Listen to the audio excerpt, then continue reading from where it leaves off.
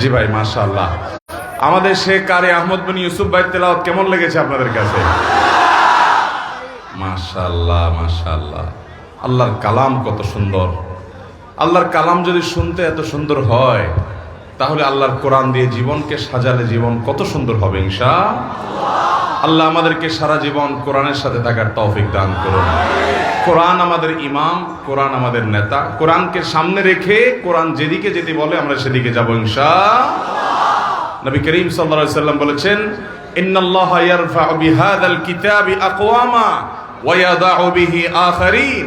এই কোরআন দিয়ে আল্লাহ বহু জাতিকে উন্নতির চরম শিখরে পৌঁছে দিবেন। আবার এই কোরআনের প্রতি অবমাননা, অবহেলা, অসম্মান এগুলোর কারণে বহু জাতিকে আল্লাহ তাআলা অবনতির চরম তলে হারিয়ে দিবেন। মুসলিম মিল্লাত পৃথিবীর অর্ধেক পৃথিবী তাদের পদানত হয়েছে। গোটা পৃথিবীর প্রধান পরাশক্তি ছিল মুসলমানেরা। তাদের মূল গুণ এবং বৈশিষ্ট্য ছিল তারা কোরআনে কারীমকে মাথায় তুলতে পেরেছেন, হৃদয়ে গেঁথে নিতে পেরেছেন। তারা গোটা বিশ্বকে তারা শাসন করেছেন। যেদিন থেকে মুসলমান কোরআনকে ছেড়ে দিয়েছে, সেদিন থেকে মুসলমান পিছিয়ে পড়েছে। ঠিক কিনা বলেন? অতএব আবারও যদি আমরা কোরআনকে বুকে আঁকড়ে ধরি, ইনশাআল্লাহ এই কোরআন মুসলমান জাতির হারানো ঐতিহ্যকে পুনরায় উদ্ধার করবে ইনশাআল্লাহ। অতএব কোরআন পড়বেন তো? কোরআনকে পড়বেন, কোরআন তেলাওয়াত করবেন, কোরআন শুনবেন, কোরআন অনুযায়ী আমল করবেন, কোরআন অনুযায়ী জীবনকে সাজাবেন এবং কোরআনকে সর্বস্তরে প্রতিষ্ঠিত করবেন ইনশাআল্লাহ। সবার সাধ্য অনুযায়ী চেষ্টা করব তো? আল্লাহ তাআলা আমাদের সবাইকে সে তৌফিক দান করুন। ওয়াজ শেষ, এবার প্রশ্নোত্তর। প্রশ্নোত্তর না ওয়াজ কোনটা? আব্দুল হাই সাইফুল্লাহ চলে গেলে এরপর কিসের ওয়াজ? পুরা রাত হজর নজ হন লাগতো নি? নজ হরবেন নি? না নজ টজ বাদ, শুধু ওয়াজ শুনলে হইব, নজ হন লাগতো না? হজর মাঠে হয়ে যাবেন। যেগুন বেশি জজবাকে দেয়াইতে আছে সেগুন ব্যাগের আগে হন লাগবে। আল্লাহ তাআলা আমাদেরকে কত চমৎকার কথা শুনলাম, সবগুলো অনুযায়ী আমল করার তৌফিক দান করুন। আমি গাইবান্ধাতে গত দুই দিন না 3 বা 4 দিন আগে একটা মাহফিল হয়েছে। গাইবান্ধাতে হওয়া মাহফিলে আমি বলেছিলাম 3টা মাহফিল আছে আমার নিজের। এগুলো আমার এবং আমাদের, এই যে আমাদেরকে দেখছেন আশেপাশে, আমাদের সাইফুল ভাই, সাইফুল ইসলাম ভাই, ওনাকে কোনো মাহফিলে আপনারা সচরাচর দেখেন? পুকুরে যদি জাল মারেন, রুই মাছ উঠছে, কাতল মাছ উঠছে, আশ্চর্যের না আশ্চর্যের না? কি আশ্চর্যের? পুকুরে রুই মাছ কাতল মাছ, আশ্চর্যের কি আছে? মাহফিলের পাবলিক হুদাই আসলে জবাব দেয়। পুকুরে জাল মারছে, একটা ইলিশ মাছ উঠছে, কি বলেন? এটা আশ্চর্য না? তাহলে আপনারা তো রুই মাছের কথা আশ্চর্য করলেন। যারা রুই মাছ পাওয়াকে পুকুরে আশ্চর্যজনক বলছে, তারা ঠিক বলেছে। ঠিক কি না বলেন? দেখেন মাহফিলে ঠিক কিনা কোন ঠিক বেঠিক, এরকম বেদিশা হলে কি লাভ হবে রে ভাই? যাই হোক, যেটা বলতেছিলাম, পুকুরে জাল মারার পর যদি একটা ইলিশ উঠে, তাহলে তো এটা পত্রিকা নিউজ হয়ে যাবে, তাই না? তো মাহফিলে আপনারা কারি আহমদ বিন ইউসুফকে দেখেন, আব্দুল্লাহ সাইফুল্লাহকে দেখেন, আজকাল আমাকেও দেখেন, কিন্তু হাফেজ মুফতি সাইফুল ইসলামকে আপনারা মাহফিলে খুব বেশি। এটা হলো আমাদের আজকের ইলিশ মাছ। কি বলেন? আজকের ইলিশ মাছ হলো কে? মুফতি সাইফুল ইসলাম ভাই। কারণ এই জালে তো রুই কাতল উঠার কথা, ইলিশ তো উঠার কথা না। আজকে ইলিশ উঠছে, কি বলেন? আলহামদুলিল্লাহ। আল্লাহ তাআলা উলামাদের কথা অনুযায়ী আমাদেরকে আমল করার তৌফিক দান করুন। তো বলছিলাম 3টা মাহফিল আমাদের নিজেদের। এর একটা হলো চাটখিলে ছিলাদিঘির পাড় নোয়াখালীর, আরেকটা হলো লক্ষ্মীপুরের রায়পুরের এই মাহফিলটা, আরেকটা হলো গাইবান্ধার স্বাধীনতা চত্বরে, যাদের স্বাধীনতা প্রাঙ্গণে বিশাল মাঠে যে মাহফিল হয়েছে, অনেক বড় মাহফিল। এই 3টা মাহফিল আমরা নিজেরা অন করি। এগুলার পরিকল্পনা বা এগুলার শুরু থেকে শেষ পর্যন্ত আমরা পরামর্শ দেওয়ার চেষ্টা করি। মাহফিলগুলো ওনারাই করেন, কিন্তু আমাদেরকে বলেন যে আপনারা যেভাবে বলেন। বেশিরভাগ মাহফিল আলারা আমাদের কাছে আবেদন করেন মাহফিলের জন্য, আমরা মঞ্জুর করি, শর্ত শরায়েত দেই। অনেকে মানেন, অনেকে মানেন না। আমাকে বলেন রাত 9টা বাজে দিবেন, 10টা পরে খাওয়া দাওয়া বলে আপনি এবার ঘুমান, আপনাকে ডেকে দিব শেষের দিকে। এই হলো অনেক মাহফিল আলাদের কাজ। কিন্তু আলহামদুলিল্লাহ এই ভাইরা মাহফিল করেন, ওলা আমাদের সাথে পরামর্শ করে। এই যে মাহফিল রায়পুরের মাটিতে হলো, এত আলেম একসাথে, এত সিনিয়র আলেম এবং অত বিদগ্ধ ইসলামিক স্কলার একসাথে অন্য কোন মাহফিলে দেখছেন আপনারা বলেন তো? একদিন ব্যাপী একটা মাহফিলে আনোয়ার তাহের জাবের আল মাদানী হাফিজাহুল্লাহ আন্দরকিল্লা শাহী মসজিদের সম্মানিত খতিব, লক্ষ্মীপুরের কৃতি সন্তান উস্তাজুল উলামা, তারপর ফজিলতুল উস্তাজ শেখ হারুন আল মাদানী, লক্ষ্মীপুরের আরেক গর্বিত সন্তান, সিনিয়র ওলামা একরামের উস্তাজ, মুশতাকুন নবী সাহেবের উস্তাজ, হাজার হাজার আলেমের উস্তাজ, তারপর মুফতি সাইফুল ইসলাম সাহেবের মতো মানুষ, আব্দুল্লাহ সাইফুল্লাহর মতো মানুষ, শেখ আহমদ বিন ইউসুফ আল আজহারের মতো মানুষ, আরো ওলামা একরাম। এই ছোট্ট পরিসরের একদিনের মাহফিল উপস্থিত হওয়া, এটা চারটিখানি কথা নয়। আল্লাহ তাআলা এই মাঠ, এই ময়দানকে, এই এলাকাকে, এই মাহফিলকে, এই মাহফিলের শ্রোতাদেরকে, আয়োজকদেরকে সবাইকে কবুল আর মঞ্জুর করবেন আমিন। জান্নাতুল ফেরদাউসের বাগানে আমাদের সবাইকে আল্লাহ তাআলা একত্রিত হওয়ার তৌফিক দান করুন বলেন আমিন। মুহতারাম হাজরিন, এই জন্য এই মাহফিলটার বিশেষ বৈশিষ্ট্য, বিশেষ মর্যাদা আছে। কোনো মাহফিলে বসে বসে ওয়াজ শোনার সময় আমাদের হয় না, কিন্তু ওই যে 3টা মাহফিল বললাম, এই 3 মাহফিলে আমরা স্টেজে বসে থাকি। শুধু আমি না, এই যে সাইফুল ভাই, আব্দুল্লাহ সাইফুল্লাহ, আবার অন্য প্রোগ্রাম আছে নাহলে উনি, আমরা শেষ পর্যন্ত বসে থাকি এই মাহফিলে। কোনো মাহফিলে বসে থাকার সময় নেই। যে কারি আহমদ বিন ইউসুফ ভাই দেখছেন, এই সমস্ত মানুষ কোনো রকম ওনার প্রোগ্রাম শেষ করে ওনাকে চলে যেতে হয়, অন্যান্য কাজ থাকে, কিন্তু এই মাহফিলগুলোতে আমরা নিজেরা বসে থাকি, বসে বসে আপনাদের সাথে সঙ্গ দেই, কারণ এই মাহফিলগুলোকে আমরা অন করি। আল্লাহ তাআলা আয়োজকদেরকে ইখলাসের সাথে কাজগুলোকে, এই মাহফিলকে শত শত বছর টিকিয়ে রাখার তৌফিক দান করুন। এবং সেই সাথে স্বেচ্ছাসেবক ভাইরা, এখানে একটা মাদ্রাসা আছে, আমাদের নিশান ভাইরা মাদ্রাসা গড়ে তুলেছেন। আপনারা এলাকাবাসী অনেকে আন্তরিকতাপূর্ণ সহযোগিতা এবং দোয়া করেন। এই মাদ্রাসাকে আল্লাহ রাব্বুল আলামিন ইলমের বাগান হিসেবে কবুল মঞ্জুর করুন বলেন আমিন। মোহতারাম হাজরিন, রাত কম হয় নাই, আলোচনা খুব একটা করার সুযোগ নেই আসলে। তারপরেও আমি খুব সংক্ষেপে একটা বিষয়ে কথা বলবো ইনশাআল্লাহ, তারপর আমি প্রশ্নোত্তরে চলে যাব। বিষয়টি হলো, আপনাদের কাছে আমার প্রশ্ন, নামাজের কোন ত্রুটিটা নিয়ে আপনারা সবচেয়ে বেশি চিন্তিত? নামাজের মধ্যে আমাদের অনেক ত্রুটি হয়, তাই না? এর মধ্যে সবচাইতে বেশি চিন্তিত কোন ত্রুটিটা নিয়ে?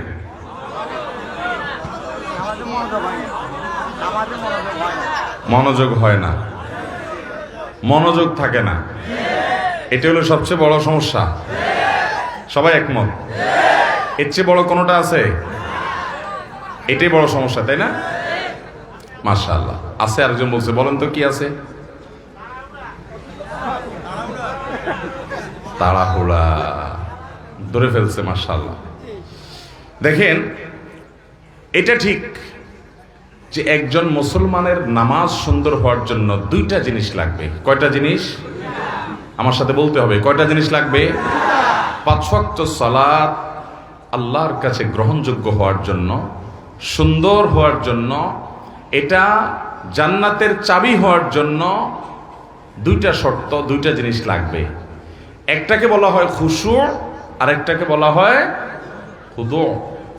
খুশু মানে হলো নামাজের ভেতর, আর খুজু মানে হলো নামাজের বাহির।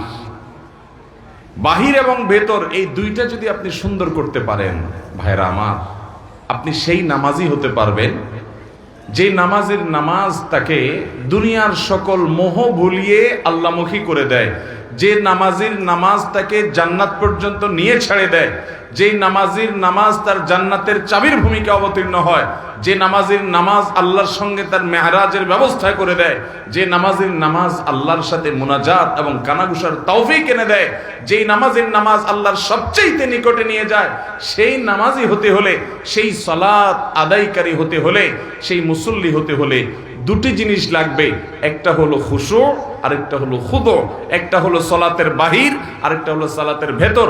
আমরা সাধারণত সালাতের ভেতর নিয়ে আলাপ আলোচনা শুনি এবং সেটার গুরুত্ব যে অপরিসীম সেটা বলাই বাহুল্য। আল্লাহ কোরআনে বলেছেন 18 নম্বর পারার সূরা মুমিনুন প্রথম সূরার প্রথম দিককার আয়াতে আল্লাহ বলেছেন قد أفلح المؤمنون الذين هم في صلاتهم خاشعون।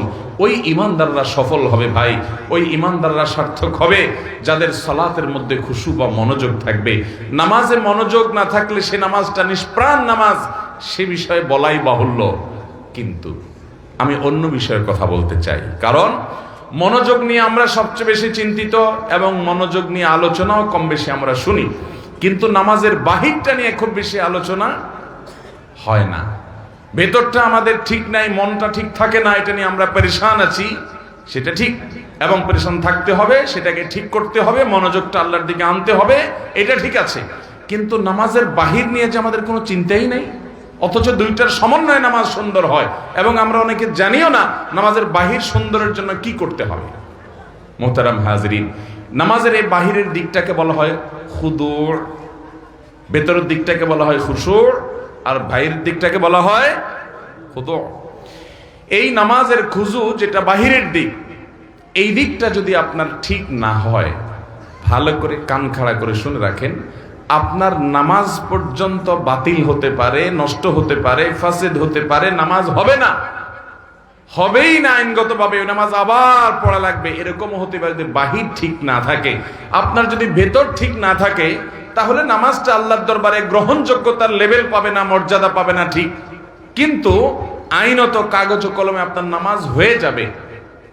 মনোযোগ যদি আপনার না থাকে, তাহলে নামাজ কি ভেঙে যাবে?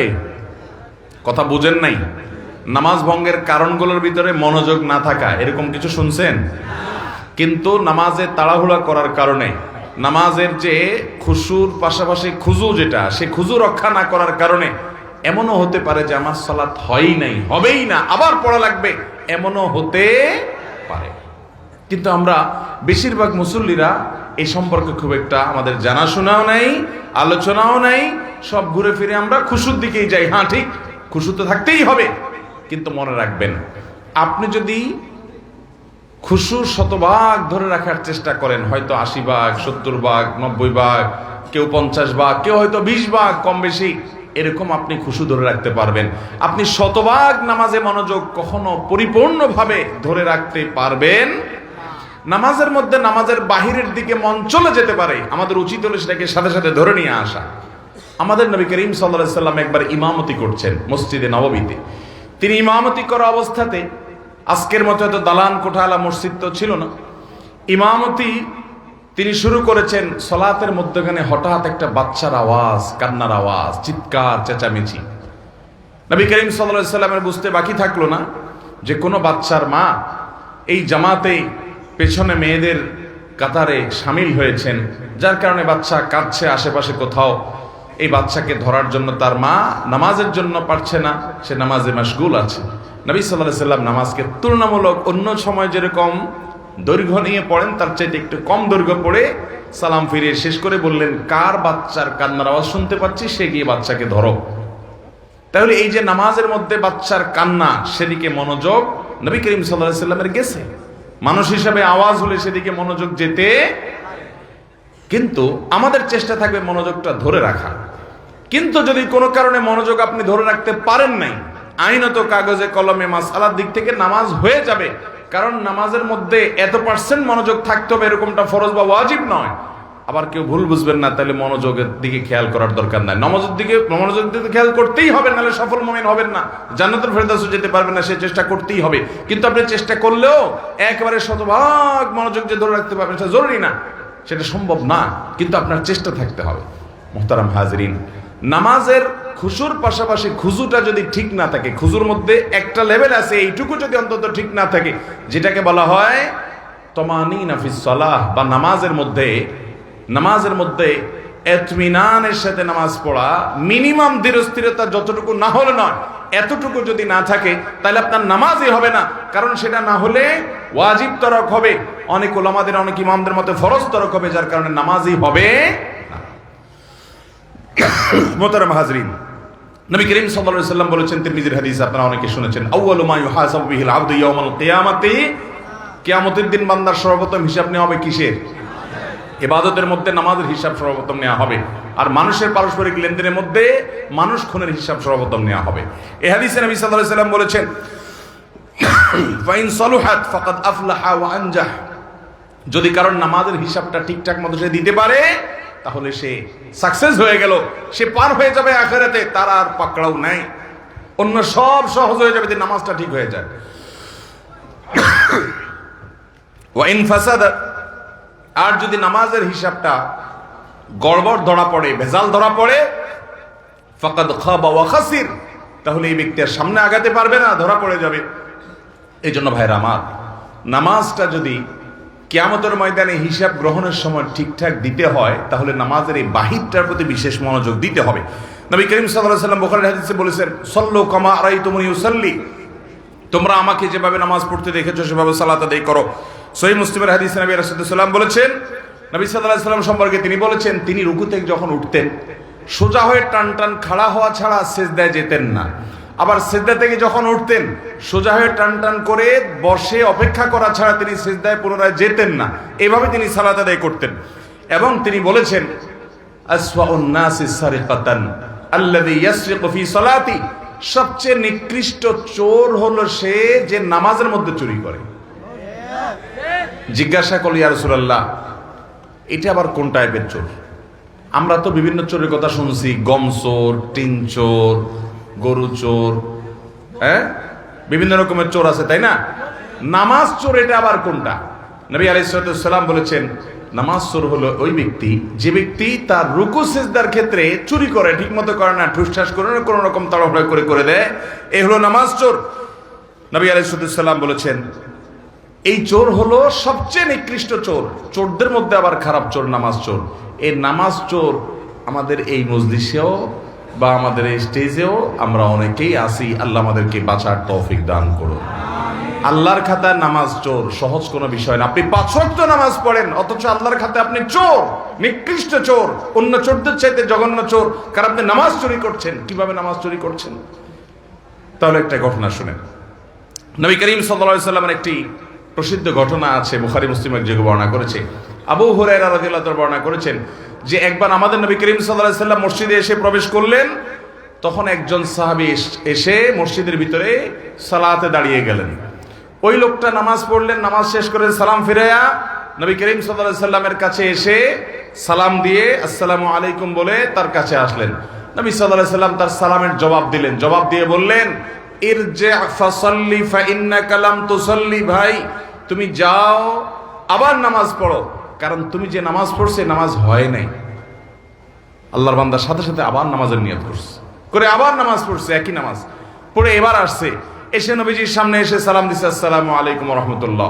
নবী করিম সাল্লাল্লাহু আলাইহি ওয়াসাল্লাম ওয়া আলাইকুম আসসালাম ওয়া রাহমাতুল্লাহ জবাব দিলেন, জবাব দিয়ে বললেন, তুমি আবারও গিয়ে নামাজ পড়ো, কারণ তোমার নামাজ এবারও হয় নাই। বেচারা আবারও গিয়ে নামাজ পড়ছেন, পড়ে এসে আবার সালাম দিলেন, এবারও নবী করিম সাল্লাল্লাহু আলাইহি ওয়াসাল্লাম জবাব দিয়ে বললেন, এবারও তোমার নামাজ হয় নাই, তোমাকে আবার পড়তে হবে, নামাজ হয় নাই। দেখেন, তখন সে সাহাবী বলেন, ইয়া রাসূলুল্লাহ ওয়াল্লাহি মা উহসিনু গায়রা হাযা, আমি এর চাইতে সুন্দর নামাজ তো আর পড়তে পারি না হে আল্লাহর রাসূল, আমি তো 3 বার পড়লাম, আমি ইচ্ছে ভালো পারি না, ফাআল্লিমনি, আমাকে অনুগ্রহ করে আপনি নামাজটা শিখিয়ে দেন। তখন নবী করিম সাল্লাল্লাহু আলাইহি ওয়াসাল্লাম বললেন, ঠিক আছে আসো তোমাকে নামাজ শিখাই। কি শিখাইছেন তাকে বলবো আপনাদের? শুনেন, নবী করিম সাল্লাল্লাহু আলাইহি ওয়াসাল্লাম তখন বললেন, দেখো তুমি যখন সালাতের মধ্যে দাঁড়িয়ে কেরাত পড়লে, সুন্দর করে ধীরস্থিরতার সাথে কেরাত পড়লে, সূরা মিলালে খুব ধীরস্থিরতার সাথে, তাড়াহুড়া ছাড়া, এরপর রুকুতে গেলে, রুকুতে গিয়ে তুমি রুকু করবে হাত্তা তাতমাইন্না রাকিআন, তোমার একেবারে মাথা থেকে কোমর পর্যন্ত পুরো পিঠ সোজা হওয়া পর্যন্ত, পাও সোজা হওয়া পর্যন্ত, রুকুতে গিয়ে স্থির হওয়া পর্যন্ত তোমাকে অপেক্ষা করতে হবে। এরপর তোমার রুকু শুরু হলো, রুকু শেষ, তাসবিহ শেষ, এরপর তুমি আস্তে আস্তে সামি আল্লাহু লিমান হামিদা বলে দাঁড়াবে। এই দাঁড়ানোর পর আবার তুমি অপেক্ষা করবে হাত্তা তাতমাইন্না কায়েমান, দাঁড়িয়ে তুমি অপেক্ষা করবে একেবারে টান টান সোজা হওয়া পর্যন্ত। তার আগে তুমি সেজদা যেতে পারবে না। রুকু থেকে উঠা হয়ে উঠছো, সামি আল্লাহু হামিদা বলছো, ডিউটি শেষ হয় না, এখনো কাজ বাকি আছে, না হলে নামাজ হবে না। কি কাজ সেটা? দাঁড়িয়ে সোজা হয়ে টান হয়ে দাঁড়াতে হবে, একটু অপেক্ষা করতে হবে। হইছে অপেক্ষা, এবার আল্লাহু আকবার সিজদায় যাবে। সিজদায় গিয়ে আবার তুমি সিজদায় গিয়ে কপালটা ফেললা, সুবহান রাব্বিয়াল আলা, তাড়াহুড়া করে পড়ে উঠে গেলেন। সিজদায় গিয়েছো, তোমাকে অপেক্ষা করতে হবে হাত্তা তাতমাইন্না সাজিদান। তুমি সিজদায় গিয়ে একবারে স্থির চিত্ত, নড়াচড়া নাই, একেবারে পুরো পরিপূর্ণ সিজদায় চলে গেছো, এই পর্যন্ত তোমাকে অপেক্ষা করতে হবে। এরপর সিজদায় গিয়ে তুমি আল্লাহর তাসবিহ নিবেদন করলে, সুবহান রাব্বিয়াল আ'লা, মুহাব্বতের সাথে ধীরে ধীরে তুমি তাসবিহ নিবেদন করলে, করার পর উঠলে। এই উঠাটাও হবে ধীরস্থিরতার সাথে, আল্লাহু আকবার। উঠার পর তুমি যখন বসলে, উঠেই আবার চলে গেলে না। এটাকে নবী সাল্লাল্লাহু আলাইহি সাল্লাম বলেছেন, এটা হলো কানাকরিদ্দিক, মোরগ যেরকম আদার খায়, টক টক টক টক করে, রুকু দিলা, সেজদা দিলা, উঠলা গেলা, তাড়াহুড়া করলা, এটা হলো মোরগের ঠোকর দেওয়ার মতো। এটা হলো নামাজ চোর, সবচেয়ে নিকৃষ্ট চোর। বেশিরভাগ মুসল্লিদের মসজিদে তাকালে দেখবেন, বেশিরভাগ মানুষ আমরা নামাজ চোরে পরিণত হয়েছি। মোহতারাম হাজরিন, যে নামাজের হিসাব না দিলে আপনি সামনে আগাইতেই পারবেন না, এই নামাজটা আপনার সবচেয়ে গুরুত্বের সাথে ঠিক করতে হবে। অন্য সব কিছুর ওয়াজ পরে, আগে নামাজ ঠিক করতে হবে। নবী সাল্লাল্লাহু আলাইহি সাল্লাম ওই সাহাবীকে আদর করে শিখাচ্ছেন, তুমি সেজদা থেকে উঠে সুন্দর করে উঠে টান হয়ে সোজা হয়ে বসে অপেক্ষা করবে একটু, এরপরে তুমি আবার সেজদা যাবে। এইভাবে তোমার পুরো নামাজ শেষ করবে। তার মানে ওই সাহাবী যে তাড়াহুড়া করে নামাজ পড়েছেন, সে নামাজটা এত তাড়াহুড়া ছিল যে তার রুকু থেকে উঠে, রুকুতে গিয়ে সেজদার মাঝখানে উঠে বসে যতটুকু অপেক্ষা করা দরকার, অন্তত এক তাসবিহ পরিমাণ অপেক্ষাটা হয় নাই। আমাদের অনেক মুসল্লি ভাইরা আছে, দেখবেন যে ওনারা পারলে সূরা কেরাতগুলা, রুকু সিজদার তাসবিহগুলা, দোয়াগুলা, আত্তাহিয়াতু, দোয়া মাসুরা, দুরুদ, এগুলা সব বাড়িতে পড়ে এসে মসজিদে শুধু যদি লেপরেটটা করে যেতে পারতো, মনে হয় ভালো হইতো। এরকম একটা হাবভাব দেখা যায় না? খেয়াল করে দেখেন, অনেক ভাইরা আছে আশেপাশে নামাজ পড়লে তো দেখলে বোঝা যায়, মনে করেন উনি রুকুতে গেছে, তাসবিহ কখন শুরু করে বলেন তো? রুকুর তাসবিহ কখন শুরু হয়? আশেপাশে মুসল্লিরা, আমরা বেশিরভাগ মানুষ একটু খেয়াল করেন তো, মনে করে চেষ্টা করেন তো, রুকুতে সুবহান রাব্বিয়াল আযীম যে তাসবিহ বলা শুরু করেন, কখন শুরু করেন? রুকুতে যাওয়ার পরে। তাহলে তো সব ফেরেশতা, তো সব আল্লাহওয়ালা, আফার ক্লাসের ইমানদার সব, মাশাআল্লাহ। তাহলে তো সব ওয়াজ মাহফিলের দরকারই নেই এখানে। ভাই আমি বলি, এবার শুনেন, রুকুতে যাইতে আল্লাহু আকবার বলে যাওয়া লাগে, তাই না? আল্লাহু আকবার বলে যে রুকুতে যান, খেয়াল করে দেখেন আজকের পর থেকে যে তাসবিহ সুবহান রাব্বিয়াল আযীম শুরুটা কোত্থেকে করেন দেখেন, খেয়াল করে ডানে বামে এবং নিজেরও মুখ দিয়ে কখন বাইর হয়। বেশিরভাগ মানুষই আল্লাহু আকবার বলতে তো কোয়ার্টার সেকেন্ডও লাগে না, হুলস্থুল করে আল্লাহু আকবার বলেই রুকু অর্ধেকে এখনো যায় নাই, আধা আধি গেছে, ওখান থেকে সুবহানাল্লাহ শুরু হয়। এরপরে আবার সুবহান রাব্বিয়াল আযীম, সুবহান রাব্বিয়াল আযীম, সুবহান রাব্বিয়াল আযীম, তৃতীয়বার সুবহান রাব্বিয়াল আযীম, তৃতীয়বার শুরু করে মাথা উঠানো শুরু হয়ে যায়। এবার মিলান তো মিলে কিনা দেখেন, তৃতীয়বার তাসবিহ সুবহান রাব্বিয়াল আযীম, সুবহানা শুরু করতে করতে কল্লা উঠানো শুরু, ওইটা পথে বাকিটা সারে ফেলায় উঠতে উঠতে, ঠিক না? এটা তো নামাজের কোনো সিস্টেম না ভাই। 99% মানুষ দেখবেন এভাবে নামাজ পড়ে। নবী সাল্লাল্লাহু আলাইহি সাল্লাম যে ওই সাহাবীকে শিখাইছেন, আসেন এবার সেটার সাথে মিলাই। সেটার হবে কি, আপনি সূরা কেরাত পড়া শেষ, আমরা সূরা কেরাত পড়া শেষ হলে কথার কথা আপনি সূরা ইখলাস পড়লেন, কুল হুয়াল্লাহু আহাদ আল্লাহুস সামাদ লাম ইয়ালিদ ওয়ালাম ইউলাদ ওয়ালাম ইয়াকুল লাহু কুফুয়ান আহাদ, আল্লাহু আকবার। বিশেষ করে রমজান মাসে তারাবিতে দেখেন হাফেজ সাহেবরা পড়ে, আছে না নাই? শুধু হাফেজ সাহেবদের দূর দিয়ে লাভ নাই, গায়ে হাফেজ সাহেবরাও একই দেখা যায়। উনি হয়তো 30 পারার হাফেজ, আপনি ইখলাসের হাফেজ, সূরা ইখলাসের কুল হুয়াল্লাহর হাফেজ। তো উনি যেরকম 4G গতিতে নামাজ পড়ে, আপনার সূরা ইখলাসও খবর নিয়ে দেখেন বেশিরভাগ 4G গতিতে, কুল হুয়াল্লাহু আহাদ আল্লাহুস সামাদ লাম ইয়ালিদ ওয়ালাম ইউলাদ ওয়ালাম ইয়াকুল লাহু কুফুয়ান আহাদ, আল্লাহু আকবার না, ওয়ালাম ইয়াকুল লাহু কুফুয়ান আহাদ বলার পর একটু দম নিবেন, অন্তত কোয়ার্টার সেকেন্ড অপেক্ষা করবেন। এরপরে আমি এখন দাঁড়িয়ে এতক্ষণ আল্লাহর প্রশংসা করেছি, এখন আমি নতজানু হয়ে আল্লাহর প্রশংসা করব, আল্লাহু আকবার বলে তারপর রুকুতে যাব। আস্তে আস্তে রুকুতে চলে গেছেন, হাঁটু ধরে ফেলেছেন, পিঠ থেকে একেবারে মাথা পর্যন্ত সমান হয়ে গেছে, পজিশনে চলে গেছেন। এবার একটু দম নিয়ে শুরু করবেন, সুবহান রাব্বিয়াল আযীম, সুবহান রাব্বিয়াল আযীম, সুবহান রাব্বিয়াল আযীম বলা শেষ, একটু দম নেবেন, এরপরে এবার বলবেন আল্লাহু আকবার বলে উঠবেন। উঠে সোজা হয়ে আবার একটু অপেক্ষা করবেন চুপচাপ। আমাদের এসব টাইম নেই। সামি আল্লাহু লিমান হামিদা, আল্লাহু আকবার, আল্লাহু আকবার, আসসালামু আলাইকুম রাহমাতুল্লাহ, মানে 4G না 5G না কত জি গতিতে নামাজ পড়ে আল্লাহ ভালো জানে। সব জায়গায় গতি ভালো। যার নামাজে যত বেশি সময় নেয়, আজকে আপনাদেরকে একটা কথা বলে রাখি, আপনারা যখন মসজিদে যাবেন একটু খেয়াল করেন ভাইরা, যে কোন মুসল্লিটার নামাজের সবচেয়ে বেশি সময় নেয়। আমি খেয়াল করি। আমি প্রায় সময় বলি, আমার দু একজন বন্ধু বান্ধব আছেন জেনারেল শিক্ষিত, আলেম ওলামা না, ওনাদের নামাজ দেখলে, এরকম কয়েকজন আছে তাদের সালাত দেখলে ভাই আমি তাকায় থাকি। আলহামদুলিল্লাহ আমি নিজে আমার সালাত কিতাবপত্রে পড়েছি, মানুষকে পড়াইছি, শিখাইছি, বলছি, কিন্তু দেখছি যে নামাজ কত সুন্দর করা যায়। 4 রাকাত নামাজ পড়তে 15 মিনিট সময়, 20 মিনিট সময় নেয়, এরকম মানুষও আমি দেখেছি। এটা একদিন 2 দিনের ঘটনা না, প্রায় প্রতিদিনই এরকম নামাজ পড়ে তারা। অনেক বড় বড় ব্যবসায়ী, অনেক বড় বড় শিক্ষিত, শত শত হাজার হাজার মানুষ চালাইতে হয়, এইরকম লোকজন মিটিং সেটিং দুনিয়ার ঝামেলা আছে, সব চলে যাক, নামাজে দাঁড়িয়েছি, নামাজ শেষ করার কোনো কাহিনী নাই, সবকিছুর আগে ধীরে স্থিরতার সাথে নামাজ। ভাইরা আমার, এই নামাজটা আমাদেরকে আল্লাহর সবচেয়ে নিকটে নিয়ে যাবে। যার নামাজ সুন্দর সে সবচেয়ে বড় আফার ক্লাসের মুত্তাকি, যার নামাজ যত খারাপ সে তত নিচু ক্লাসের মুত্তাকি। এই জন্য আমি মসজিদে গেলে খুঁজি যে আমার চাইতে লম্বা নামাজ পড়ানোওয়ালা পাই কিনা। যদি পাই তখন ঈর্ষা করি যে তারে এবার ফেল করতে হবে, আমি তার চাইতে আস্তে আস্তে নামাজ পড়তে হবে। আমি একটু তাড়াহুড়া প্রকৃতির মানুষ, এই যে কথা বলি দেখেন হুলস্থুল করে বলি, ধীর স্থিরতার সাথে কত সুন্দরভাবে মানুষ কথা বলে, আমি পারি না, আমার একটা রোগ, তাড়াহুড়া করে কথা বলি। কিন্তু ভাইরা, আমার মতো এরকম তাড়াহুড়া করা মানুষটাও আমি খেয়াল করি মসজিদে, যে 2 রাকাত নামাজ পড়তে বেশিরভাগ মুসল্লি জেনারেল শিক্ষিত, সাধারণ শিক্ষিত মানুষ অনেকে আছেন, কোরআন বা সূরাগুলো এত সহিও না, মাগার মাশাআল্লাহ 2 রাকাত নামাজ আমরা একসাথে শুরু করছি, 10 জন 20 জন 30 জন মুসল্লি মসজিদে আছে, সুন্নত পড়তেছি, কিন্তু দেখি যে আমার ফেল মারাই দিয়ে তারা সবাই নামাজ আগে আগে শেষ করে ফেলছে। এত গতি তাদের নামাজে। আবার কিছু মানুষ দেখি মাশাআল্লাহ যে আমার অনেক পরে দেখা যাচ্ছে তাদের মাত্র 1 রাকাত শেষ হয়েছে, তখন আমি ঈর্ষা করি, আমি তো এরকম সুন্দর নামাজ পড়তে পারতাম। ভাইরা আমার, আল্লাহর কসম করে বলি, একটা সময় আসবে মন খুলে নামাজ পড়তে চাইবেন, বিশ্বাস করেন ভাই, লিখে রাখেন ডায়েরিতে। আপনাকে যদি আল্লাহ হায়াতে বাঁচিয়ে রাখেন, যুবক ভাইয়েরা, তরুণ ভাইয়েরা, একটা বয়স আসবে মনে চাইবে একটু রবকে মন খুলে সেজদা দেই, একটু লম্বা করে রুকু করি, পারবেন না, অসুস্থ হয়ে যাবেন, রোগবালায় ধরে ফেলবে। বাবারে সে সময় আসবে না।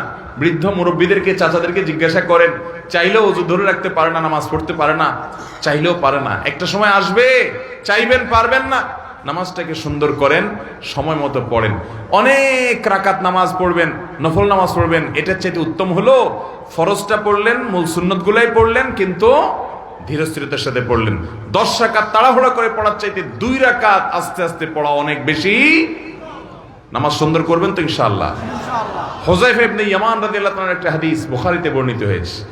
তিনি এক ব্যক্তিকে দেখলেন খুব তাড়াহুড়া করে নামাজ পড়তেছে, উনি ডাক দিয়েছেন, নবীজি সাহাবী, নবী করিম সাল্লাল্লাহু আলাইহি ওয়াসাল্লাম থেকে নামাজ শিখছে, ডাক দিয়ে বলছে, ভাই তুমি এই যে তাড়াহুড়া করে নামাজ পড়লা হুলস্থুল করে, এটাই কি তোমার সব সময়ের নামাজ? লোকটা বলছে, হ্যাঁ আমি সব সময় এরকম নামাজই পড়ি, এই গতিতেই পড়ি আমি। তখন তিনি বলছেন, শুনে রাখো, নবী করিম সাল্লাল্লাহু আলাইহি ওয়াসাল্লাম থেকে নামাজ শিখা নবীজির হাতে গড়া সাহাবী বলছেন, শুনে রাখো, এই নামাজ নিয়ে যদি তুমি কবরে যাও, মুহাম্মদ সাল্লাল্লাহু আলাইহি ওয়াসাল্লাম যে দ্বীন দিয়ে পাঠিয়েছেন, মুহাম্মদ সাল্লাল্লাহু আলাইহি ওয়াসাল্লামকে আল্লাহ যে দ্বীন এবং শরীয়ত দিয়ে পাঠিয়েছেন, তোমার মৃত্যু তার শরীয়তের উপর হবে না এই নামাজ নিয়ে কবরে গেলে। তাহলে এবার বুঝেন আমাদের নামাজের অবস্থা কি। নামাজ ঠিক করবো তো ইনশাআল্লাহ। মুহতারাম হাজরিন, নবী করিম সাল্লাল্লাহু আলাইহি সাল্লাম তিনি বলেছেন, ইয়া মাআশারাল মুসলিমিন লা সালাতা লিমান লা ইউকিমু সুলবাহু ফির রুকুই ওয়াস সুজুদ, যে রুকু সিজদাতে তার পিঠ সোজা করে না, ঠিকমতো করে না, সময় দেয় না, এই ব্যক্তির নামাজ হবে না। ইবনে মাজার হাদিস, নবী করিম সাল্লাল্লাহু আলাইহি সাল্লাম নির্দেশ করেছেন, আতিমুর রুকু ওয়াস সুজুদ, তোমরা রুকু সিজদাকে ঠিকমতো করো।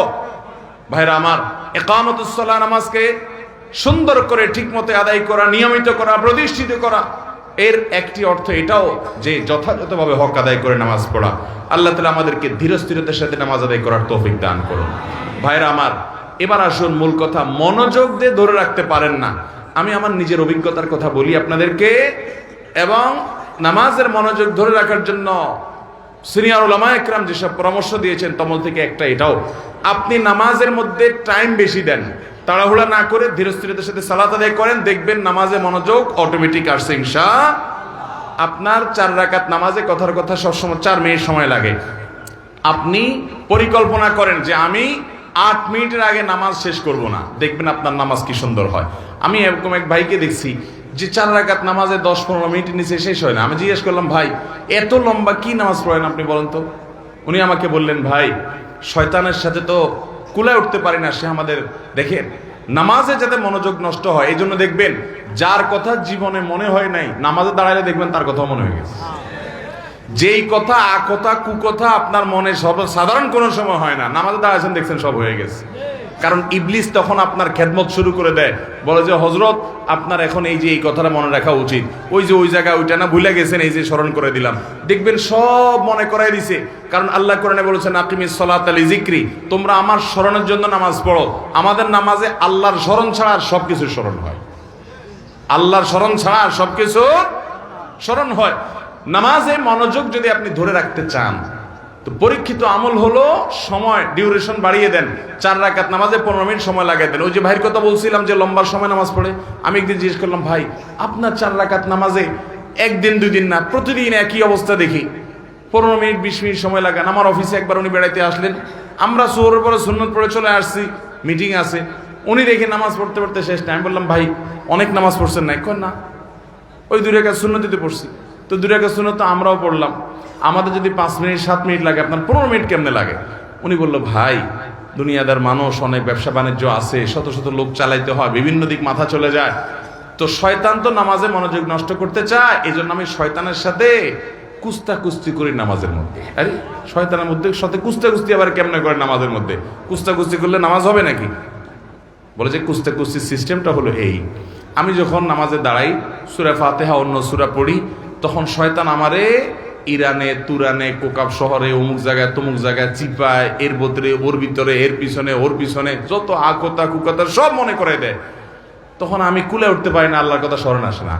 আমিও তেড়ামি করি, পরিপূর্ণ আল্লাহর দিকে মনোযোগ আসার আগ পর্যন্ত তেলাওয়াত চলতে থাকবে। সূরায়ে আপনার ফিল পড়া হয়ে গেছে, এবার লীলা পড়া গেছে, আড়াইতালে যে পড়া গেছে এনা তাই না, কিন্তু আমি রুকুতে যাব না যতক্ষণ পর্যন্ত আমার মন নামাজের দিকে না আসবে।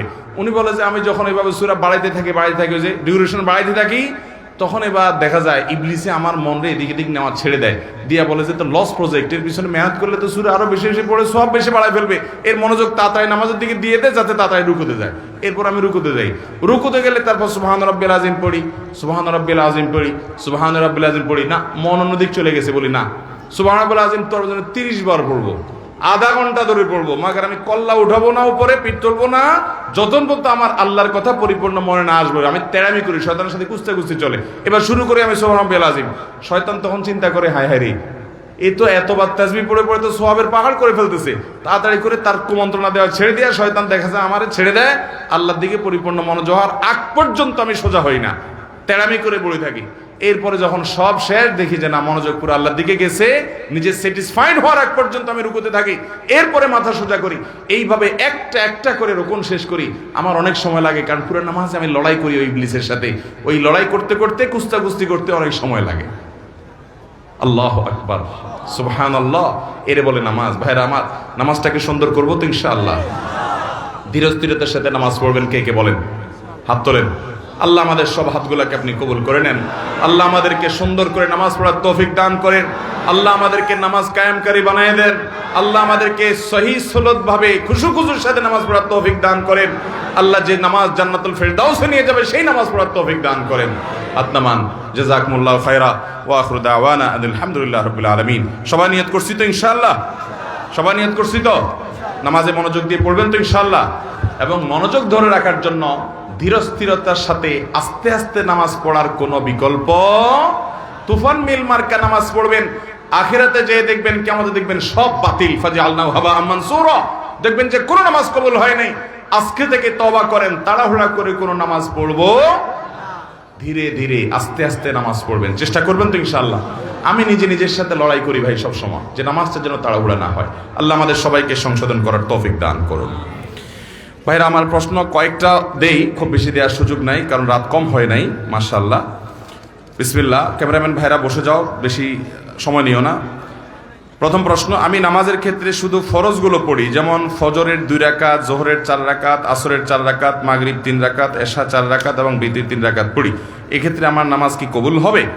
দেখুন, শুধু ফরজ পড়েন এই ভাই, সুন্নত পড়েন না, নামাজ হবে কিনা? উত্তর হলো, শুধু ফরজ পড়লে ওয়াক্তের দায়িত্বটা আদায় হবে। জোহরের ফরজটা পড়লেন, জোহরের ওয়াক্তের দায়িত্ব আদায় হলো, কিন্তু এটা পরিপূর্ণভাবে হলো না, ত্রুটি থেকে গেল। আপনি তরকারি খাইতে চাইলেন, তাহলে আপনার তরকারি খাইতে হলে সবজি লাগবে কাঁচা, পানি লাগবে, তেল লাগবে, পেঁয়াজ লাগবে, মরিচ লাগবে, লবণ লাগবে, ইত্যাদি ইত্যাদি লাগবে।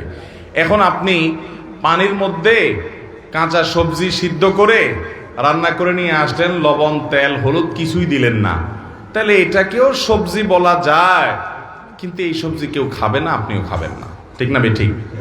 5 ওয়াক্ত ফরজ নামাজ, এটা পূর্ণতা পাওয়ার জন্য এর আগে পরে যে সুন্নত নামাজগুলো আছে সেগুলো হলো এরকম। এগুলো ছাড়া ওই নামাজটা হয়ে যাবে, ফরজ আদায় হয়ে যাবে, ওয়াক্তের ফরজ আদায় হয়ে যাবে আলহামদুলিল্লাহ, মাগার আপনার নামাজটা পরিপূর্ণ হলো না। মনে রাখবেন, সুন্নত নামাজগুলো কেন, এই যে 5 ওয়াক্ত নামাজের ফজরের আগে 2 রাকাত সুন্নত আছে, জোহরের আগে 4 রাকাত, পরে 2 রাকাত আছে, মাগরিবের পরে 2 রাকাত আছে, এশার পরে 2 রাকাত আছে, এই যে সুন্নত নামাজগুলো আছে, এগুলো কেন জানেন?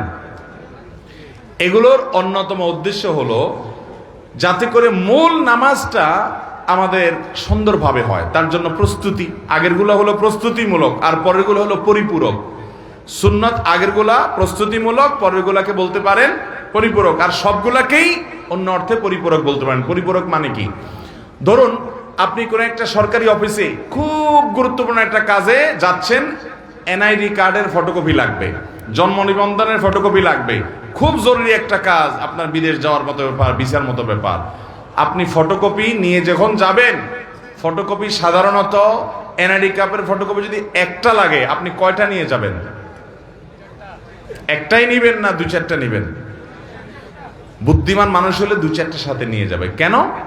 একটা যদি হারায় যায়, কোনো কারণে মিস হয়ে যায়, যাতে করে আমার কাজটা হয়ে যায়, হাতে রাখবে, এটা সে নিয়ে যাবে। ঠিক একইভাবে ভাইরা আমার, আপনি যখন 5 ওয়াক্ত নামাজের ফরজ নামাজ পড়বেন, কিয়ামতের ময়দানে যাবেন, আল্লাহ তাআলার কাছে দেখা গেল কোন একটা নামাজে ভেজাল ধরা পড়ছে, বাতিল হয়ে গেছে, তখন ওই সুন্নত বা নফল, অতিরিক্ত নফল নামাজ যে পড়বেন, এগুলো দিয়ে আল্লাহ তাআলা ফরজের ঘাটতি পূরণ করবেন। সেই সাথে আপনি আগে যখন সুন্নত পড়বেন, তখন মূল ফরজটা পড়তে আপনার সুবিধা হবে, মনোযোগ থাকবে। নবী করিম সাল্লাল্লাহু আলাইহি সাল্লাম ফরজ নামাজের আগে পরে সুন্নত নামাজগুলো কখনো ছাড়তেন না, নিয়মিত পড়তেন। আমি কিভাবে নিয়মিত ছাড়েন? একবার জোহরের আগে 4 রাকাত ছুটে গেছে, তিনি পড়তে পারেন নাই, মেহমান আসার কারণে, এগুলো পরে তিনি পড়ে দিয়েছেন, এরকম গুরুত্ব দিতেন। হ্যাঁ, আপনার কখনো কোনো কারণে এমন পরিবেশ হয়ে গেছে, সুন্নত পড়ার কোনো সুযোগই পাইলেন না আপনি, অসুবিধা নাই, মাঝে মধ্যে হঠাৎ কালে ভদ্রে বাদ গেছে, অসুবিধা নাই, কিন্তু নিয়মিত এরকম করলে সেটা আপনার মূল সালাতের যে প্রোফাইল আল্লাহর কাছে থাকবে, সে ফাইলটা কিছুটা হলেও ত্রুটিপূর্ণ থাকবে। এটা সুন্নত, সাধারণ সুন্নতে সুন্নতে মুআক্কাদা। আমার ফজরের নামাজ প্রায় কাজা হয়, জোহরের সাথে মিলিয়ে জোহরের আগে সেই 2 রাকাত ফজরের কাজা পড়ে নেই, আমার নামাজ কি কবুল হবে? এই পাবলিক অনেকেই আছে, ফজরের নামাজ জামাতের সাথে মসজিদে গিয়ে আদায় করার মতো মুসল্লি, মুসলমানের সংখ্যা সমাজে অনেক না বেশি? সবচেয়ে কম মুসল্লি হয় কোন নামাজে?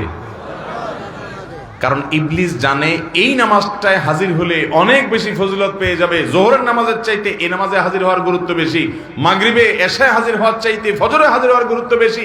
এটা মাসআলা আপনি না জানলে কি হয়েছে, আপনার সাথে থাকা ইবলিস জানে, এই জন্য ইবলিসে বড় রাতে আপনার ঠ্যাং টিপা শুরু করে। দেখবেন রাত 12টা 1টা 2টা পর্যন্ত ঘুম আসে না, ফেসবুক টিপতেছেন, ইউটিউব টিপতেছেন, মোবাইলে মুনাজাত ধরতেছেন, শয়তানের জিকির আজকার করতেছেন, এগুলো করতে করতে 12টা 1টা পর্যন্ত আপনার ঘুম আসে না। ঠিকই দেখবেন ফজরের আজান আগ দিয়া দেখবেন এমন ঘুম আসে, অ্যালার্ম দিয়ে রাখলেও আর উঠতে মনে চায় না, ঠিক না ঠিক?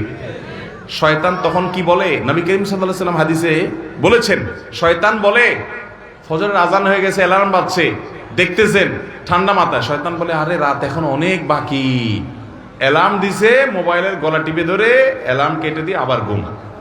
আছে না নাই? ফজর পড়তে পারে না। ভাইরা আমার, ফজরের গুরুত্ব অনেক বেশি। তো যেই মানুষ ফজরের নামাজ নিয়মিত জোহরের সাথে পড়ে, অনেকে আছে দেখবেন প্রবাসে অনেক ভাই আছে 7টা 8টা 9টার দিকে ওইটা ফজর পড়ে, নিয়মিত যদি এরকম হয় তাহলে তার এ নামাজ হবে? ভাইরা আমার, একবার হঠাৎ 2 মাস 4 মাস পরে 6 মাস পরে জীবনে হঠাৎ একবার হয়েছে, হ্যাঁ ফজর নামাজ আপনি উঠতে পারেন নাই, মোবাইল অ্যালার্ম বাজছে তাও হুঁশ নাই, এটা গ্রহণযোগ্য। নবী সাল্লাল্লাহু আলাইহি সাল্লামের জীবনে একবার ফজর কাজা হয়েছে। কয়বার কাজা হয়েছে? একবার। তো আপনার জীবনে 2 4 10 বার এভাবে হতে পারে, কিন্তু প্রতিদিন হওয়া এটা কোনো অবস্থাতে গ্রহণযোগ্য হতে পারে। ঠান্ডা মাথায় যারা নামাজ পড়ার এশার পরে শোয়ার সময় নিয়ত করে থয় যে সকাল 8টার দিকে উঠবে, অ্যালার্ম দিয়ে থয়, তার ঈমান আছে কিনা এটা নিয়ে অনেক উলামা ইকরাম সন্দেহ করেছেন। কারণ হলো ঠান্ডা মাথায় সে নামাজ পড়বে না, পরিকল্পনা করে সে শুয়েছে। আল্লাহ তাআলা আমাদেরকে ফজর নামাজ গুরুত্ব বোঝার তৌফিক দান করুন। আমি নিয়মিত তাহাজ্জুদ পড়ি এবং বিতির তাহাজ্জুদের পরে পড়ি, কিন্তু হঠাৎ মাঝে মধ্যে ঘুম থেকে উঠার সমস্যার কারণে ফজরের আজান হয়ে যায়। এমন অবস্থা বিতির পড়ার হুকুম কি? যদি আপনি ভোর রাতে উঠার ব্যাপারে প্রবল সম্ভাবনা না থাকে তাহলে বিতির আপনি রাখবেন না, বিতির আগে পড়ে ফেলবেন। হ্যাঁ, আপনি নিয়মিত তাহাজ্জুদ পড়েন, আল্লাহ তৌফিক দেয়, তাহলে আপনি বিতির পড়েন। হঠাৎ একদিন ছুটে গেছে, ফজরের আজান হয়ে গেছে, তাহলে তারপরেও বিতির পড়লে আদায় হয়ে যাবে। ঢোল বাঁশি বাজিয়ে কবর দেয়া হচ্ছে, এরকম একটি ভিডিও দেখেছি ইউটিউবে, এ ব্যাপারে বললে ভালো হতো। ঢোল বাঁশি বাজায় আবার কবর, একটা গানই আছে এরকম, আমিও দেখছি ভিডিওটা, কি জানি মরণকালে ঢোল বাঁশি বাজাইও কি ভাই, তরিকার ভাই না দরবারি ভাই? হ্যাঁ, এবং সে গানের একটা কথা খুব আপত্তিকর আছে, সেটা আরো বেশি, সেটা হলো কালেমা কালামও ভাই কোনো কিছুর দরকার নাই, কালিমা কালাম কিছুর দরকার নাই, ঢোল বাঁশি বাজাতে বাজাতে নিয়ে কবরে দিও। আল্লাহ মাফ করুক, এই হারাম কাজ করতে করতে যার দুনিয়া থেকে বিদায় হয়, সে দুনিয়াতেই জীবদ্দশা জানতো যে তার যে সমস্ত আশেপাশে সাঙ্গপাঙ্গ আছে তারা ঢোল বাঁশি পিটাতে দিয়ে তারা নিব কবরে, হাসরে আযাব যখন হবে আল্লাহ জানে, ফেরেশতারাও কি ঢোলবাজি দিয়েই পিটাবে কিনা আল্লাহ জানে। ভাইরা আমার, নবী সাল্লাল্লাহু আলাইহি সাল্লাম বলেছেন বয়স্তুলি ইকসিরাল মাজামির, এই সমস্ত বাদ্যযন্ত্র এগুলো দুনিয়া থেকে এগুলো বিদায়ের জন্য আমি আসছি, এগুলো শয়তানের অস্ত্র, এগুলো হারাম। অতএব ইমানদার জীবদ্দশায় যেটা করতে পারে একটা মানুষের মৃত্যুর পর তাকে বিদায়ের সময় বলে কালিমা কালামই দরকার নাই। কালিমা কালামই যদি দরকার না থাকে সে মুসলমান কিনা সন্দেহ। মুসলমান কিভাবে কালিমা কালামের দরকার নাই, ঢোলবাজি হইলে তার চলবো? আমরা তো কালিমা কালাম পাইছি কোরআন থেকে, হাদিস থেকে। এর ঢোলবাজিটা কে দিল? কে দিছে বলেন? শয়তান দিছে। তো শয়তানের এই জিনিসটা নিয়ে যদি কবরে যায়, মায়ের কি পিঠে পড়বে না নিচে পড়বে? আল্লাহ আমাদেরকে এই সমস্ত পাগলামি ছাগলামি, এই সমস্ত শয়তানের থেকে বেঁচে থাকার তৌফিক দান করুন। কত পাগলামি যে দুনিয়াতে আছে, এসব না দেখলে বোঝার উপায় নাই। আল্লাহ আমাদের সমস্ত ভাইদেরকে হেদায়েত দান করুন। এক লোক টাকা ধার নেওয়ার পরে টাকা থাকা সত্ত্বেও দিত না, ঘুরাতো। হঠাৎ শুনছি লোকটা মারা গেছে, তখন এসে তার ছেলে মেয়ের কাছে দিয়েছে। এখন তাতে কি তার ঋণ পরিশোধ হবে কিনা? দেখুন, ধার নেওয়ার পরে কেউ যদি টাকা ঘোরাঘুরি করে, দেয় না, যে সেই লোকটা মারা যাওয়ার পরে তার ছেলে মেয়েরা এসে যদি পাওনাদারের টাকা দেয়, তাহলে সেটা খুবই প্রশংসনীয় কাজ। শুধু দেয় না, বরং দেওয়া কর্তব্য। একটু ভালো করে শুনে রাখেন, অনেক মানুষ আছে মারা যাওয়ার পর পাওনাদার বের হয়ে আসে, আপনার বাবা মারা গেছেন, আল্লাহর বান্দার কিছু দেনা আছে, এগুলো রেখে মারা গেছে। ইসলামের নির্দেশ হলো তার মৃত্যুর পর তার দাফন কাফনের জন্য যে টাকা খরচ হবে সেগুলো তার টাকাতেই খরচ করবেন। এরপর তিনি যদি কোনো দেনা রেখে যেয়ে থাকেন, ভাগ বন্টন পরে আগে তার সব দেনা শোধ করতে হবে তার টাকা দিয়ে, তার জমি জমা বিক্রি করে। এরপরে যদি কিছু থাকে সেটা দিয়ে তার ওসিয়ত থাকলে সে ওসিয়ত 1/3 মধ্যে পূরণ হবে। 1/3 মানে তার টোটাল সম্পদের দাম 10 লাখ, তাহলে তার ওসিয়ত যত বেশি হোক না কেন 3 লাখ পর্যন্ত পূরণ হবে, এর বেশি না। বাকি যেগুলো থাকবে সেগুলো ওয়ারিসরা ভাগ করে পাবে। আর যদি কারোর কোনো ওসিয়ত না করে যায় যে অমুক জায়গায় দিও, মসজিদে দিও, মাদ্রাসে দিও, অমুকরে দিও, এরকম কোনো ওসিয়ত না থাকে, তাহলে তো সেটা বাদ। কিন্তু দেনা থাকলে আগে দেনা দিতে হবে, তারপরে সন্তানরা ভাগযোগ করে সম্পদ নেবে। আমার দেশে দেখা যায় দেনা দেয়া তো পরের কথা, আজকাল তো প্রায় সময় পত্রিকা দেখা যায় বাবার লাশ পড়ে আছে আর সন্তানরা জমি জমা নিয়ে কাড়াকাড়ি করতে করতে ব্যস্ত, বেচারাকে দাফন পর্যন্ত করছে না। ঠিক কিনা বেটি? এই অমানুষ সন্তান আসমান থেকে হঠাৎ নাজিল হয় না অমানুষ হয়ে, এই বাপমাই অমানুষকে অমানুষ বানাইছে। ঠিক কিনা বলেন? এর পরিণাম, এর পরিণতি এই আল্লাহর বান্দা নিজেই ভোগ করছে নির্লজ্জের মতো। প্রায় সময় কয়দিন পরপরই দেখি পত্রিকাতে যে বাবার লাশ পড়ে আছে গ্যারেজে বাড়ির সামনে, ওইটা দাফন করার মতো মানুষ নাই, গন্ধ ছুটে গেছে, ছেলে মেয়েরা কামড়াকামড়ি মারামারিতে লিপ্ত, জমি জমা দখল নিয়ে। এই জন্য বাবারা সন্তানরে মানুষ বানায় যান, মুসলমান বানায় যান, দুনিয়ার জীবনটা জীবন্ত জান্নাত হবে। আর না হলে আপনার এই কাজের প্রায়শ্চিত্ত আপনাকে ভোগ করতে হবে। শুধু ওকে দুনিয়া শিখাইলেন, আখেরাত শিখান নাই, আপনি আফসোস করে কুল পাবেন না।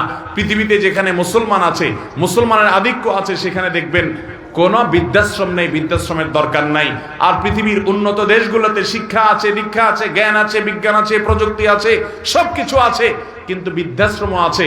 কারণ মনুষ্যত্ব, মানবতা, মা বাবার প্রতি দায়বদ্ধতা, এটা আল্লাহর প্রতি ঈমান না থাকলে সে মানুষগুলো আসলে সেভাবে বুঝে না। আল্লাহ আমাদের সন্তানগুলোকে মানুষ হতে মানুষ করার তৌফিক দান করুন। তাহলে বাবা মার দেনা থাকলে সেটা সন্তানরা শোধ করবে, পাওনাদার সেটা নিতে পারবে, কোনো অসুবিধা নেই, বরং এটা শোধ করা তাদের কর্তব্য। আমি একজন যুবক, আমার হাতে ট্যাটু আঁকা আছে। এখন আমার ইসলামিক জ্ঞান ছিল না, কিন্তু আমি এখন ট্যাটু উঠানোর জন্য চেষ্টা করছি। ট্যাটু উঠাতে খরচ আমার সাধ্যের বাহিরে। আমি এই অবস্থায় নামাজ পড়ি, নামাজ কবুল হবে কিনা? গত পরশুদিন আমরা কক্সবাজারে ছিলাম, আমি শেখ আহমদ সাইফুল্লাহ ভাই, আরো আমাদের বন্ধু বান্ধবদের একটা বড় গ্রুপ, ফ্যামিলি সহকারে। তো সেখানে একটা হোটেলে আমরা সকালে নাস্তা করার পর আমাদের এক বন্ধু, তার একটা ছোট বাচ্চা মেয়ে, সে এক ভদ্রলোক, বিদেশি, চেহারা দেখে বোঝা যাচ্ছে ফরেনার, তার এই মাথা থেকে এই মাথা পুরো হাত ট্যাটু আঁকা। তো ওই বাচ্চাটা জিজ্ঞাসা করতেছে, আর ইউ খ্রিস্টিয়ান? তুমি কি খ্রিস্টান? ভদ্রলোকের খুব ইজ্জতে লাগছে। তো মেয়ের বাবা আমাদের পাশে ছিল, বলল যে ভাই তোমার মেয়ে আমাকে কেন জিজ্ঞেস করলো আমি খ্রিস্টান কিনা, মুসলিম। তো এটা বলার পরে মেয়েকে উনি জিজ্ঞেস করলে, এই তোমার আঙ্কেল হি ইজ মুসলিম, তুমি কেন তার খ্রিস্টান বলছো? সেই খ্রিস্টান না। তখন মেয়ে, বাচ্চা মেয়ে বলতেছে, আমি খ্রিস্টান মনে করছিলাম এই জন্য যে আঙ্কেলের হাতে ট্যাটু আঁকা, আমি তো দেখছি সব খ্রিস্টান ইহুদিরা এগুলা করে, এই জন্য আমার ডাউট হয়েছে। একটা বাচ্চা, তার কনসেপ্ট এরকম। তাহলে এখান থেকে বোঝা যায় এটা কোনো মুসলমানের কাজ হতে পারে। বাচ্চাটাও বুঝে গেছে, কারণ এটা মুসলমানদের মধ্যে নাই, এই কালচারটা ওদের মধ্যে আছে। ভাইরা আমার, নবী করিম সাল্লাল্লাহু আলাইহি সাল্লাম এর অভিশাপ, তিনি অভিশাপ নাজিল করেছেন, আল্লাহ তাআলার অভিশাপের বদদোয়া করেছেন, লানতের বদদোয়া করেছেন। আল্লাহ লানত নাজিল হয় ওদের প্রতি যারা উল্কি অঙ্কন করে আর যাদের শরীরে উল্কি অঙ্কন করে দেওয়া হয়। লানাল্লাহুল ওয়াসিমা ওয়াল মুস্তাওসিমা। মনে রাখবেন, যারা ট্যাটু অঙ্কন করে, অনেক ট্যাটু কোম্পানি বাইর হয়েছে, তারা ফতোয়া দেয়। আমাকে একজন বললো যে ভাই ট্যাটু কোম্পানির ফতোয়া আমাকে কে জানে পাঠাইছে, তারা ফতোয়া দেয় যে আমাদের এই ট্যাটু লাগানোর পর নামাজ পড়া যাবে। অনেক কাঠমোল্লার আপনাদেরকে বলবে নামাজ পড়া যাবে না, ব্যবসা ঠিক রাখার জন্য মাসালাও বানায় নিস। আরে ভাই, এই ট্যাটু অঙ্কন করা হারাম, এটা হলো প্রথম কথা। এটা আপনাকে রিমুভ করতে হবে। রিমুভ করার সামর্থ্য নাই, কোনোভাবে উপায় নাই আপনার জন্য, তাহলে আল্লাহর কাছে ইস্তেগফার করে মাপ চাইবেন এবং ওই অবস্থায় নামাজ চালু করে যাবেন। আপনার এই চামড়ার উপরে যদি কোনো কিছু দিয়ে আবরণ পড়ে যায় আলাদা, তাহলে এই আবরণ তোলা ছাড়া নামাজ, অজু হবে না, আর অজু গোসল না হলে নামাজও হবে না। এগুলো এমন ডেঞ্জারাস যেগুলো সহজে তোলা যায় না, আসলে অনেক জটিল বিষয়, চাইলেও পরে তোলা যায় না। এই জন্য যুবক ভাইরা, আমাদের দেশে অনেক যুবকরা আজকাল এগুলো শুরু করেছে। ভাইরা আমার, একটু খেয়াল করে দেখেন তো, আল্লাহ বলেছেন লাকাদ খালাকনাল ইনসানা ফি আহসানি তাকওয়িম। আল্লাহ তাআলা মানুষকে সুন্দর অবয়ব সৃষ্টি করেছেন, এত সুন্দর হাত, এত সুন্দর চেহারা। কি আপনি ওই বিড়ালের মতো কি কতগুলো আঁকে নেকে একে ভূতের মতো দেখা যায়? আমার তো শয়তান শয়তান টাইপ লাগে। আল্লাহ তাআলা আমাদেরকে হেদায়েত দান করুন, কুরুচি থেকে আল্লাহ আমাদেরকে বেরিয়ে আসার তৌফিক দান করুন। অনেক মুসলমান যুবকের হাতে দেখা যায় ধাগা লাগানো, দেখছেন আপনারা? ফিতা ধাগা লাগা দেখছেন? ভাইরা আমার, এটা হিন্দুরা তাদের ধর্মীয় বিশ্বাস থেকে লাগায়। আপনি মুসলমানের সন্তান, আমরা দেউলিয়া হয়ে গেছি আজকাল। আপনি মুসলমান হিসেবে আপনি প্রাউড ফিল করেন না? তাহলে আপনি কেন তাদের কালচার নিতে যাবেন? আল্লাহ তাআলা আমাদেরকে বুঝার তৌফিক দান করুন। বিদায়, কেউ যদি ট্যাটু আগে লাগিয়ে ফেলেছেন, এখন উপানের কোনো পথ আপনার সামনে খোলা নাই, ওই অবস্থা নামাজ পড়ে যাবেন, নামাজ ছাড়বেন না, এবং চেষ্টা অব্যাহত রাখবেন কোনোভাবে এটা দূর করে আপনি সঠিকভাবে সালাত আদায় করার, এবং আল্লাহর কাছে লজ্জিত হয়ে আপনার সর্বশক্তি দিয়ে তওবা ইস্তেগফার করবেন। আল্লাহ আমাদেরকে মাফ করুন। কারো যদি অনুভূত হয় সে জাদুগ্রস্ত কিংবা কালো জাদুগ্রস্ত, তাহলে ইসলামিক উপায় তা প্রতিরোধের উপায় কি? ভাইরা আমার, আমি প্রায় বিভিন্ন জায়গায় বলি, আজকে গাড়িতে আসতে আসতে মুফতি সাইফুল ইসলাম ভাইয়ের সহ আমরা আলোচনা করছিলাম। সাইফুল ইসলাম ভাইয়ের কাছে আমার সামনে একটা ফোন আসলো, উনি ধানমন্ডি তাকওয়া মসজিদের খতিব, ওখান থেকে বলে যে ধানমন্ডির মতো রিচ এলাকাতে সব ধনীদের এলাকা, সারা দেশের বড় বড় পয়সাপাতি যাদের তারা থাকে, ব্যবসায়ীরা থাকে, মন্ত্রী মিনিস্টাররা থাকে। বলছে এই এলাকাতে, উনি যেহেতু ওখানকার বড় মসজিদের খতিব, তাকওয়া মসজিদের, উনি বললেন যে ভাই এত পরিমাণ জিনে ধরা রোগী এবং ব্ল্যাক ম্যাজিক অর্থাৎ জাদুগ্রস্ত রোগীর খবর আসে বলার মতো না। আমি বলি ভাই আমারও তো একই অবস্থা, আমার কাছে যত ফোন আসে দেশের একেবারে সর্বোচ্চ লেভেল পর্যন্ত এমন এমন কিছু পদের পদাধিকারী ব্যক্তিদের তরফ থেকে ফোন আসে, রিকোয়েস্ট আসে যে কল্পনাও করা যায় না যে এই লেভেলের মানুষগুলো পর্যন্ত সাফার করছে খুব মানে জটিল ভাবে। ঘরে ঘরে দুষ্ট জিনের উপদ্রব মানুষ লক্ষ্য করে না। মনে রাখবেন কিছু কিছু দুষ্ট জিনের উপদ্রব আছে আপনি খেয়াল করেন না।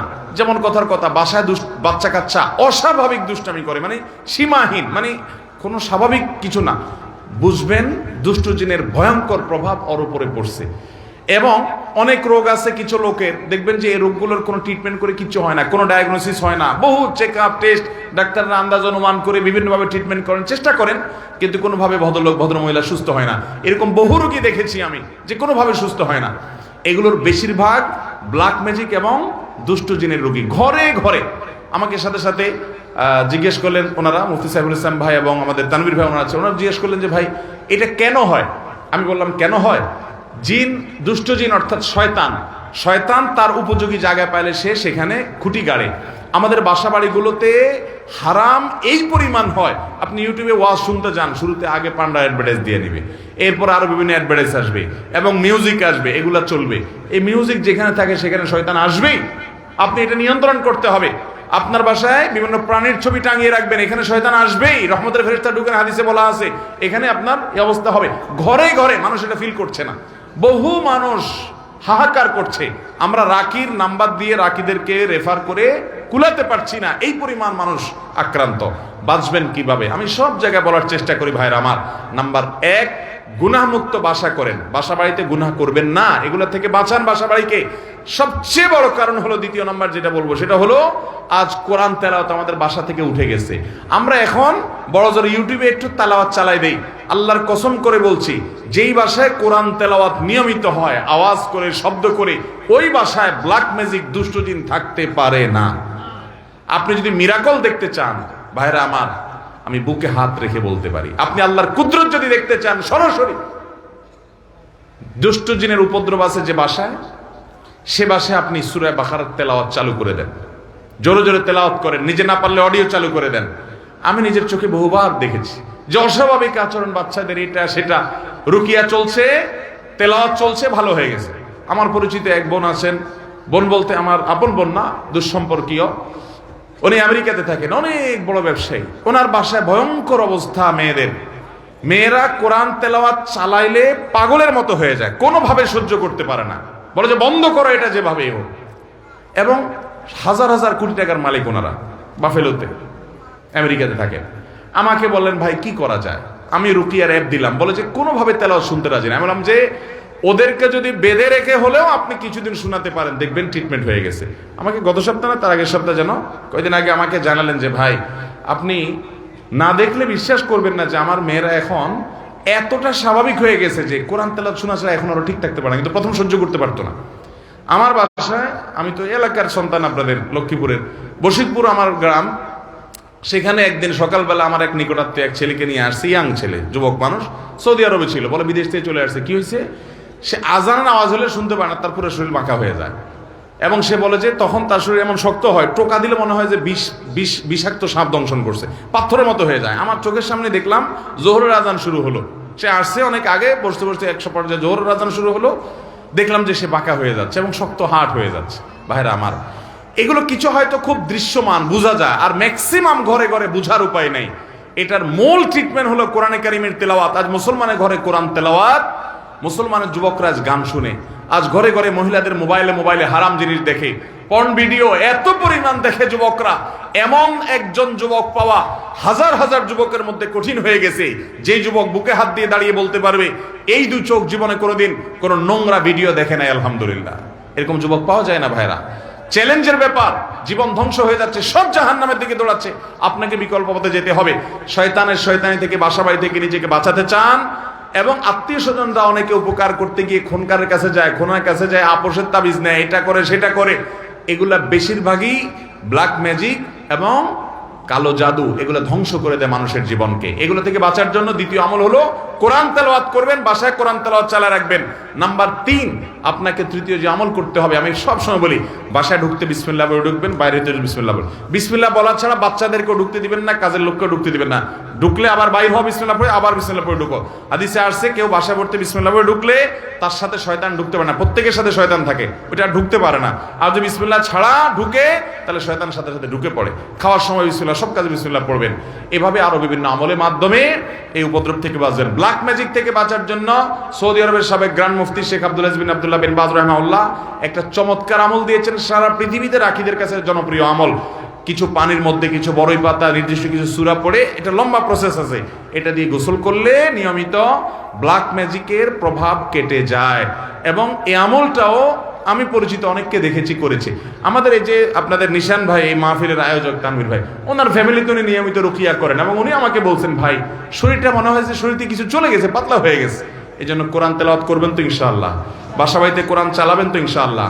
আমি শপথ করে বলছি আল্লাহর কালামের মিরাকল যদি দেখতে চান তাহলে দুষ্টজনের উপদ্রব আছে এবং অস্বাভাবিক বাসা ভিতরে সমস্যা, রোগ বালাই আছে, ব্ল্যাক ম্যাজিক আছে। কোরআন তেলাওয়াত শুনতে থাকেন, একদিন দুই দিন না, অনবরত আপনি ফিল করবেন যে কিভাবে আল্লাহর কুদরত জাহির হয়, কিভাবে শয়তান পালায়। আল্লাহ আমাদেরকে বুঝার তৌফিক দান করুন। আপন ভাই বোন কেউ যদি গুনার কাজ করে তাকে সেটা বলার মতো অবস্থা না থাকলে তার সাথে দূরত্ব বজায় রেখে চললে গুনাহ হবে কিনা?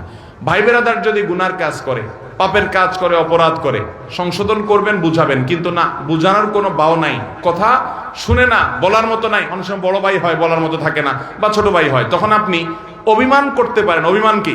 যে তার সাথে আমি কথা বলবো না, দূরে থাকবো, তাকে বোঝানোর জন্য যে আমি তোমার উপরে অসন্তুষ্ট, এটা আপনি করতে পারেন। কিন্তু তাকে চিরকালের জন্য ত্যাগ করবেন, তার সাথে সম্পর্ক ছিন্ন করবেন, এই সুযোগ নাই। সে খারাপ হলেও এই সুযোগ নাই যে আপনি তাকে সম্পূর্ণ সম্পর্ক ছিন্ন করবেন। হ্যাঁ, সংশোধনের জন্য করতে পারেন। সব আলেম বলে যে আমরা হকের পাশে আছি, তোমরা আমাদের সাথে থাকো, তাহলে আমরা কার পাশে থাকবো? ভাইরা আমার, নবী করিম সাল্লাল্লাহু আলাইহি সাল্লাম দুইটা কোষ্ঠীপাতর দিয়ে গেছেন, মা আনা আলাইহি ওয়া আসহাবি, আমি যে আদর্শের উপর আছি এবং সাহাবায়ে কেরাম জামাআতুস সাহাবা তারা মৌলিকভাবে যে আদর্শের উপর আছেন সেটি, এটার উপর যারা প্রতিষ্ঠিত তারা কিয়ামতের ময়দানে নাজাত প্রাপ্ত দল। আর সেই সাথে নবীজি বলে গেছেন তারাকতু ফিকুম আমরাইন, আমি তোমাদের মধ্যে দুইটা জিনিস রেখে গেলাম, কিতাবাল্লাহি ওয়া সুন্নাত রাসূলিহি, আল্লাহর কোরআন এবং রাসূলের সুন্নাত, লান তাদিল্লু মা তামাসসাকতুম বিহিমা, এগুলো যদি তোমরা আঁকড়ে ধরো কোনো দিন তোমাদের কেউ গোমরা করতে, পথহারা করতে পারবে। এই জন্য ওই মূলনীতি আপনি ধরে রাখবেন। যে সমস্ত উলামায়ে কেরামের কথা শুনবেন এগুলো গ্রহণ করবেন, ইনশাআল্লাহ আল্লাহ তাআলা হকের উপরে রাখবেন। এগুলো গ্রহণ না করলে আপনি হকের উপরে প্রতিষ্ঠিত থাকতে পারবেন। অতএব ব্যক্তি নয়, বরং কোরআন সুন্নাহর অনুসরণ করবেন।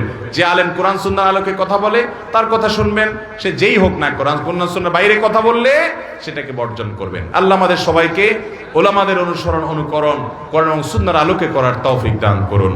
এবং এই মাহফিল সহ সমস্ত মাহফিল থেকে আল্লাহ তাআলা আমাদের সবাইকে হেদায়েতের আলো গ্রহণ করার তৌফিক দান করুন। জাযাকুমুল্লাহু খায়রা ওয়া আখিরু দাওয়ানা আনিল হামদুলিল্লাহি রাব্বিল আলামিন। মোহতারাম, এই মাইক দাও বন্ধ করছে কেন?